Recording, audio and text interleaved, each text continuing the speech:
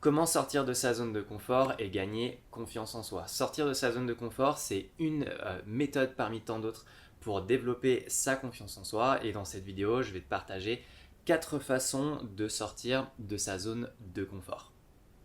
Si tu ne me connais pas encore, je m'appelle Nathanaël, je suis praticien en hypnose ericksonienne et aujourd'hui j'ai à cœur d'accompagner les personnes à prendre confiance en elles au niveau relationnel et à développer justement leur aisance dans les relations au quotidien. Donc si ça t'intéresse, je t'invite à t'abonner à la chaîne. Alors avant de commencer, si aujourd'hui tu galères à sortir de ta zone de confort, je t'ai créé un atelier qui dure 7 jours pour sortir de sa zone de confort le plus progressivement possible, même si sortir de sa zone de confort peut générer du peur, de l'anxiété et du stress. Tu as juste à cliquer en lien dans la description.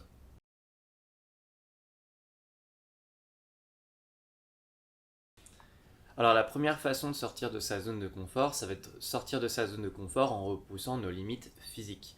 Que ça soit en salle de sport, quand on fait de la musculation, que ça soit faire de la course en vélo ou n'importe quelle façon. Ça peut être aussi par exemple du stretching si tu travailles ta souplesse. Ça va être sortir de sa zone de confort en allant plus loin que ce qu'on a l'habitude de faire. Par exemple au sport, ça va être la musculation, ça va être pousser plus lourd que ce qu'on a l'habitude de faire. Je me souviens que quand j'étais au lycée, je m'étais mis à faire de la course à pied et j'avais eu le délire de courir 2 heures non-stop.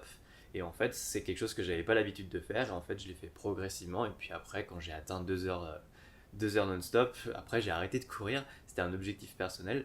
Mais on peut sortir de sa zone de confort justement en repoussant nos limites physiques. L'idée en sortant de sa zone de confort au niveau physique, ça va être de faire plus en termes de performance ou de faire d'une meilleure qualité. Que ça soit par exemple, tiens, je suis à l'aise à faire 30 pompes, mais j'ai envie d'atteindre 50 pompes, tu t'imagines bien que tu vas avoir besoin de sortir de ta zone de confort. Par exemple, commencer à en faire 35, etc., etc., pour gratter des répétitions. Ça, c'est une façon de sortir de sa zone de confort.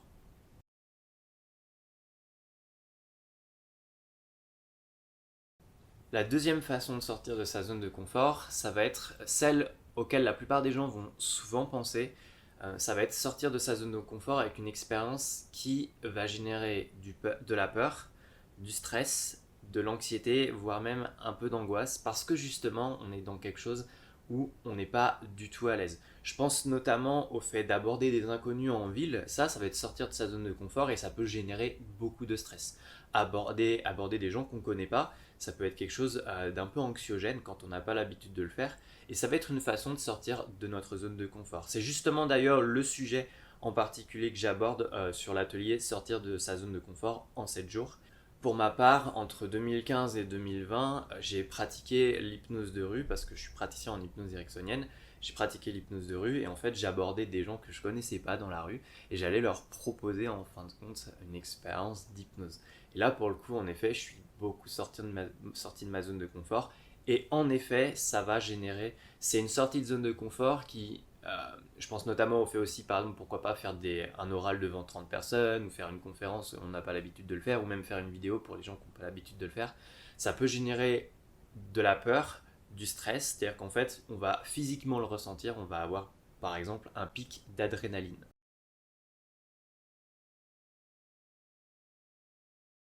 La troisième façon de sortir de sa zone de confort, c'est une auquel on ne pense pas forcément. Euh, pour mettre un mot dessus, j'ai mis sortir de sa zone de confort au niveau émotionnel, même si évidemment celle d'avant il y a aussi de l'émotion, mais on va pas être exactement sur la même. Je pense que les personnes qui font du théâtre vont peut-être un peu se reconnaître dans ce genre de sortie de zone de confort.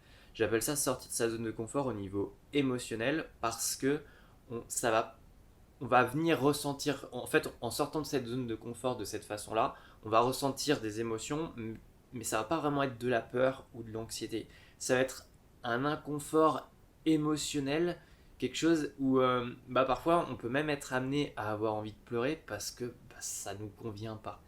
Je vais prendre un exemple. Étant praticien en hypnose, quand on est en formation, je me souviens une fois, j'ai un ami praticien qui m'a dit bah allez Nat, vas-y, accélère le rythme de ta voix quand tu fais une séance.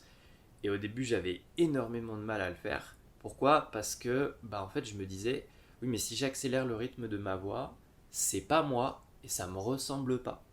Et j'en ai même eu envie de pleurer parce que c'était pas agréable pour moi. Pourquoi? Parce qu'en fait, dans ce genre de sortie de zone de confort, on va viser des comportements que l'on va considérer comme étant des comportements qui ne nous ressemblent pas, qui ne sont pas nous. Ça ne veut pas dire qu'ils ne sont pas forcément bien, mais ça veut dire qu'en fait, en les faisant, on gagnerait de la souplesse et on gagnerait de la liberté dans notre façon d'être. Et c'est, honnêtement, pour l'avoir vécu plusieurs fois, c'est pas agréable parce qu'en fait, on vient titiller, entre guillemets, on vient titiller au niveau identitaire et quand on travaille à ce niveau-là, c'est jamais agréable. Par contre, en termes de transformation, c'est extrêmement puissant parce qu'on va justement pouvoir gagner en liberté sur notre façon de nous comporter, tout simplement. Je pense notamment à une fois où j'avais proposé un atelier sur la peur du jugement et de la critique. C'est un atelier que je propose de temps en temps. Et en fait, il y avait une personne qui était venue à cet atelier-là. Et c'était une femme. Et je lui ai dit, ok, bah voilà, est-ce qu'il y a des choses qui t'énervent ou euh, qui t'énervent en fait dans le comportement des autres? Et elle m'a dit, oui, il y a un truc. Je lui ai dit, ok, c'est quoi? Elle m'a dit, bah en fait, il y a quelqu'un dans mon entourage qui parle beaucoup de lui, qui est très égocentré et en fait, il se vante souvent. Et je lui ai dit, ok, pour ce genre d'atelier, en fait, ce que je propose, c'est que j'encourage la personne à tenir un discours qui va dire, en fin de compte, que le point de vue qu'elle n'apprécie pas, c'est une bonne chose. On s'en fout de savoir si c'est vrai ou pas, pour le coup, mais en fait, ce que j'ai fait, c'est que je lui ai dit, ok, très bien, et bah, t'as 5 minutes pour me dire à l'oral et m'expliquer et me convaincre que parler de soi, être égocentrique et être fier de soi, c'est une bonne chose. Pour le coup, franchement, on s'en fiche de savoir si c'est vrai ou pas. En fait, l'idée, c'était vraiment de travailler là-dessus. Et en fait, au moment où je lui ai proposé de faire ça, elle m'a dit, ah mais non, en fait, je peux pas, j'y arriverai pas. Et c'est justement à ces endroits-là où, en fait, il va y avoir un enjeu émotionnel assez fort. Et c'est justement là, en fait, où elle aurait pu, cette personne-là, si elle s'était autorisée à le faire, elle aurait gagné en liberté dans sa façon d'être. Encore une fois, on s'en fiche de savoir si c'est une bonne chose ou pas. L'idée ici, c'est de travailler au niveau, là on travaille au niveau émotionnel, et là évidemment, ça vient titiller quelque chose d'assez fort chez elle, à savoir, là on est au niveau identitaire, la façon dont elle va s'identifier. Donc c'est pour ça que ce genre de sortie de zone de confort, ça peut être extrêmement fort, et ça peut créer énormément de transformations, parce que en fait, on vient toucher à des processus très inconscients dans notre personnalité. Si ça te parle, je t'invite à le mettre en commentaire d'ailleurs. Je pense notamment aux personnes qui font du théâtre, je pense que ça, c'est quelque chose qui doit leur parler.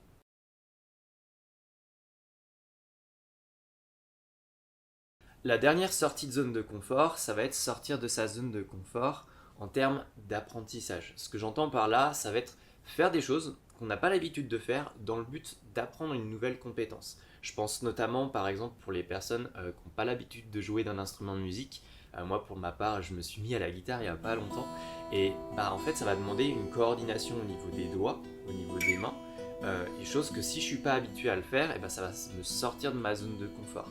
En termes de coordination, je parle de coordination au niveau du corps, mais aussi ça va être au niveau des mains. Par exemple, si tu n'as pas l'habitude de jouer des deux mains au piano, moi pour ma part j'y arrive pas, euh, ça va venir en fait jouer sur ce qu'on appelle la plasticité cérébrale, c'est-à-dire notre capacité à créer de nouvelles connexions synaptiques, c'est-à-dire de nouvelles connexions entre neurones. Et là, en fin de compte, on est vraiment sur euh, l'apprentissage d'une nouvelle compétence.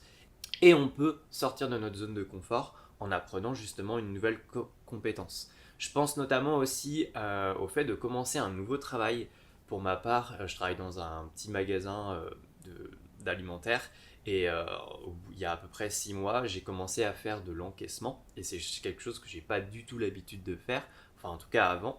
Et au début, en fait, pendant les 2 semaines, j'étais très stressé et limite j'appréhendais qu'on m'appelle en caisse parce que j'étais pas du tout à l'aise.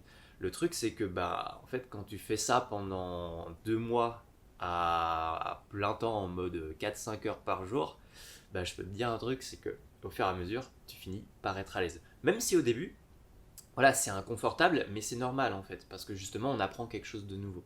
Je pense notamment aussi au fait d'apprendre des sports qui vont demander de la coordination, que ça soit, par exemple, moi récemment, j'ai aussi testé la slackline, c'est quelque chose qui demande pas mal d'équilibre. Si tu fais du yoga aussi, il va y avoir de l'équilibre. Si par exemple tu te mets à la danse, il va y avoir aussi de la coordination au niveau du corps, ou que ce soit encore une fois apprendre à jongler. Là aussi, tu vas travailler ta plasticité cérébrale et ça peut t'amener à sortir de ta zone de confort parce que justement, bah, t'es pas habitué à faire des mouvements avec tes mains et ton corps. Et justement, c'est quelque chose qui peut t'aider à gagner en confiance. Alors, petit bonus, si tout ça t'a parlé pour finir cette vidéo, ça va être sortir de sa zone de confort en venant travailler sur deux modalités, à savoir la modalité en termes de quantité, c'est-à-dire que par exemple je peux chercher à faire plus que ce que j'ai l'habitude de faire pour sortir de ma zone de confort.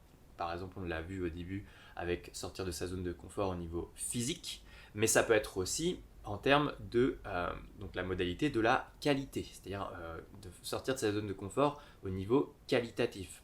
Par exemple, si je me mets au sport et que je me mets, je sais pas, à la street workout et que je me mets à faire des mouvements que j'ai pas l'habitude de faire, je vais peut-être devoir travailler au niveau, pas là, en termes de quantité, mais en termes de qualité, c'est-à-dire la posture, la position que je vais travailler. Et là, par contre, on n'est pas encore une fois sur la même sortie de zone de confort que les autres.